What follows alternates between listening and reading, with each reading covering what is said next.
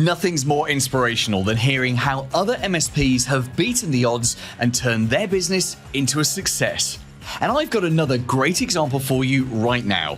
This MSP is sharing the warts and all story of how she grew her business, including how it really took off when she put in place a proper marketing system.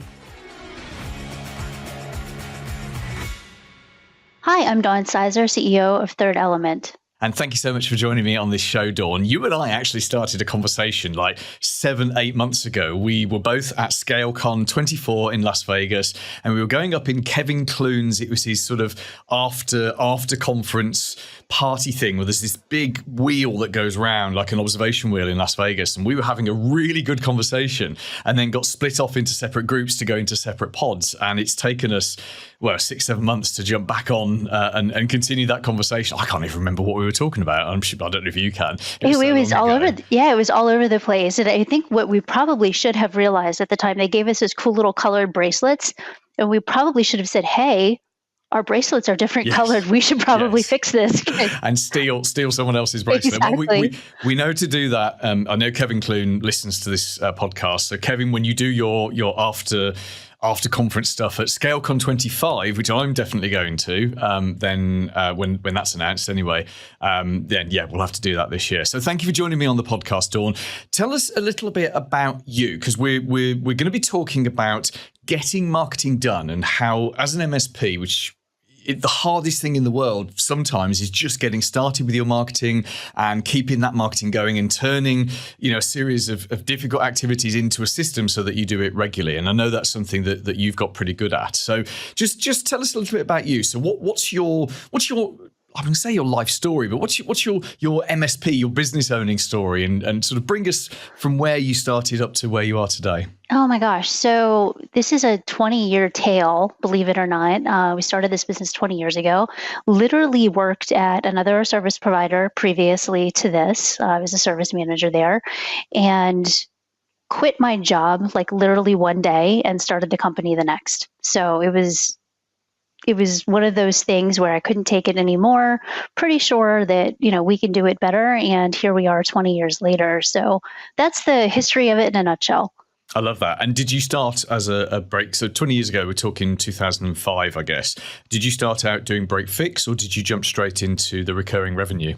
We jumped straight into the recurring revenue, which was not necessarily a thing at that time. And more context around that, my husband and I both worked for the same service provider. Before that, we started this business together. So we literally had, 2 household incomes at nothing for like a year and a half. So we had no other choice then for this to work.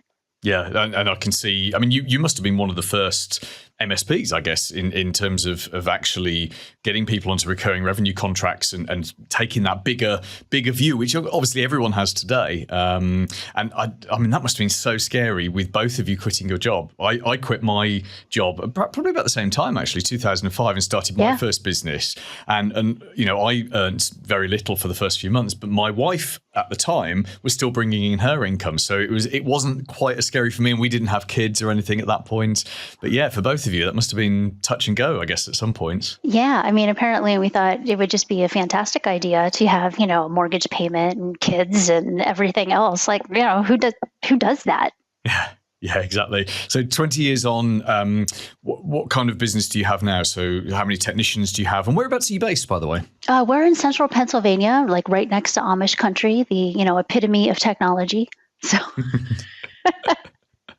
but as far as we are, I believe 18 people. Most of us are technical at this point. I think we only have 3 or 4 people that are not technical. Yeah. Okay. So the vast majority of the business is obviously there to deliver clients. But I know that you spend a great deal of your time bringing on board new clients or trying to find new business. So let's talk about marketing. Now, this is a recurring theme. This podcast has been going, well over 5 years. And a recurring theme is that MSPs find marketing hard. What was the point where you realized if you want to grow the business, you've got to get good at marketing?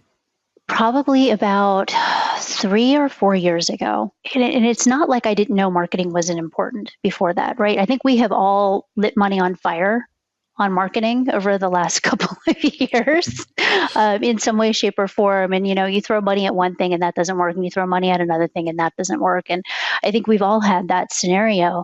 And then I ended up talking with some folks that just do marketing for a living and really listening to what they were telling me, and coming to the realization that once you're so far into the trenches or into the weeds or whatever you want to call it, it's very difficult to take the language that we use on the everyday and put it into a different lens for a client to understand it. So we hired a group to do that for us. So we had our messaging that was very clear, very concise, very effective.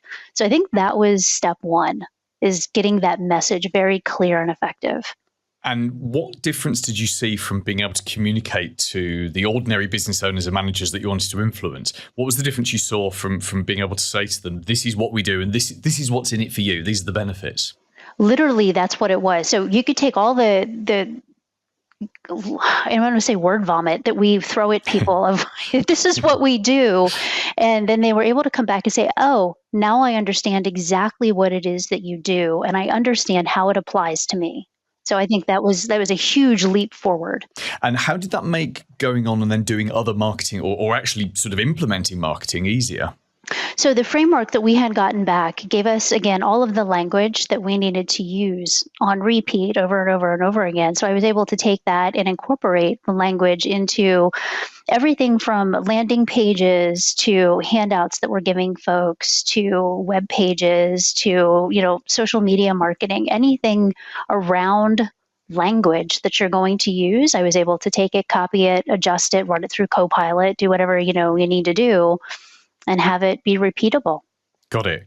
And at the risk of putting words in your mouth, and please do disagree with me if this is not the case, but was it a case that once you got that messaging really clear and you'd simplified it down and you knew exactly what to say and how to say it, you just then kept repeating that and tried not to deviate off that? Because I think the risk is sometimes that when you've got something like that, you've got a clear message, you run it out for 6 months and you almost get bored of it yourself, don't you? Because you've seen it 1,000, 2,000, 3,000 times, but you forget that the people you're reaching have seen it once, maybe twice. 100%. So you will get sick of it. There's no doubt about it.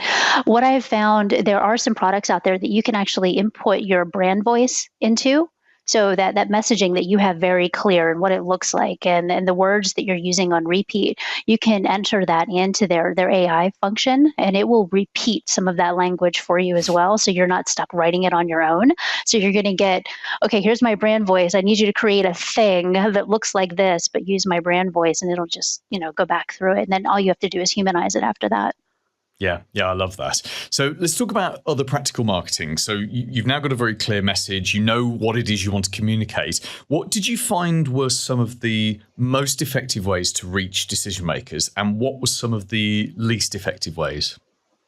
Spray and pray is the least effective. I think we've all done that, right? Pay per click is something that I haven't had success with. Some of the marketing agencies that we've used that have been not MSP friendly have not been as on target as well. So sometimes I thought, well, maybe if we thought outside the box, that would work better, and it didn't. And sometimes I was like, okay, well, let's go back in the box, and that necessarily didn't work either. So there's definitely a method to the madness. And I think we have finally found the method to the madness, and it is repeatable process, not who you use, not what you use. I mean, it is a little bit in the what, but it's repeatable process over and over again, because you have to touch people so many different times in order for it to be effective. Yeah, this is just music to my ears, because you're absolutely right. And I've been preaching for years, set up a marketing system, set up, small marketing actions or tasks, ideally things you can get other people to do for you, and then just make sure those things happen every day or every week or every month, however often they get repeated, and then just do that for 10 years. And you're absolutely right. You can Google this. How many touch points does it take to turn someone from a prospect to a client? And you'll see answers from 7 up to 50. And I think the answer is like 500. It's because actually the way that people buy these days, and especially how they buy managed services, something they don't understand, something ordinary business owners don't understand, is it will take a number of emails that they read of yours, maybe a number of podcast episodes if you put those out, a number of videos that you watch, a number of phone calls, a number of messages on LinkedIn or emails, or a number of, there's so many other ways of touch pointing someone. What are some of the things that you're using now? So if we jump sort of back to today and you were to pick out the top 3 tactics that work best for you as part of your system, let me change that question. What are the 3 that you would not want me to take away from you? That's probably the right question to ask. Email sequencing is a big one.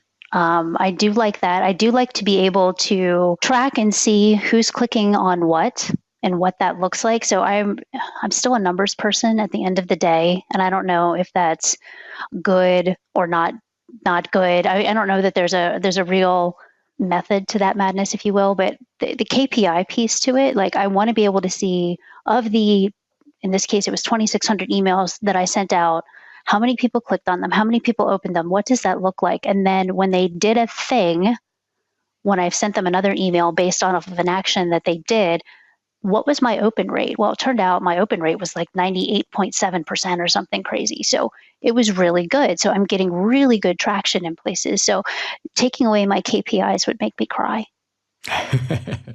So email sequencing 1. What else could I take away and make you cry? Landing pages are another one. I think it's really good if you have an asset, a giveaway, something along those lines, to set up a landing page for somebody to go get that particular piece of content, whether it's an ebook or, a white paper, whatever it is.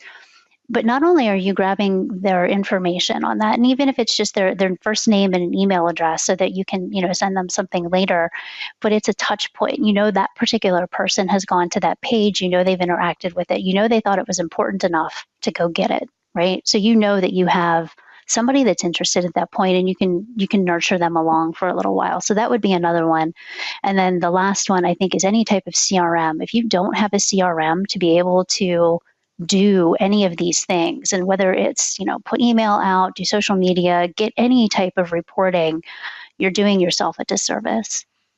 And I'm going to have to ask you which CRM you use. I don't actually particularly, I was going to say don't care. Of course I care about your answer, but I'm not that interested in the answer. But I know that every MSP listening to this would want me to ask that question. So which you obviously have a successful marketing machine you've set up. Which CRM are you using? So we were using HubSpot for a while, and I think that works really, really well.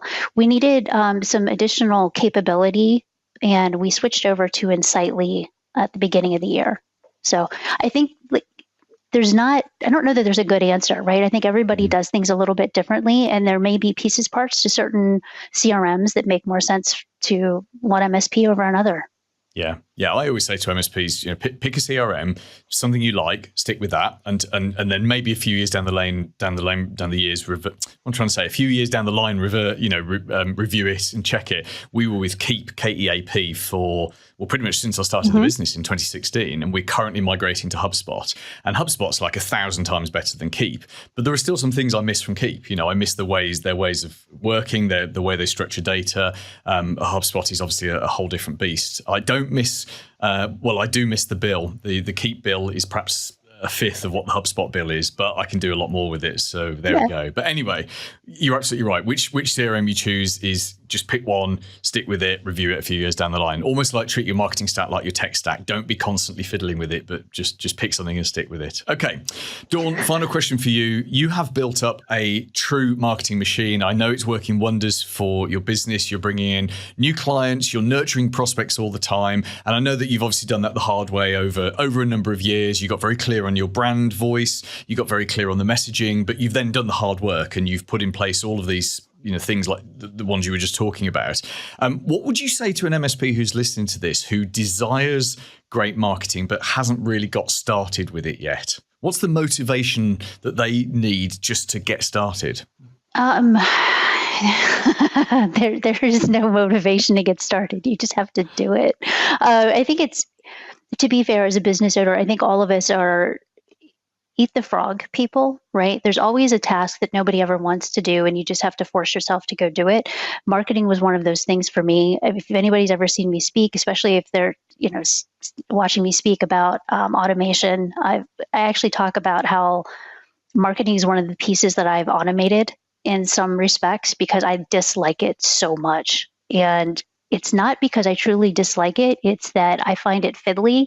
I find all of the nuances to it difficult because I'm a technical person. So I think it's just more a matter of like, just get started, do one thing at a time, and then add something else to it, and something else, and something else. And eventually you create a little machine out of it. Automate as much as you can. And when in doubt, outsource what you can.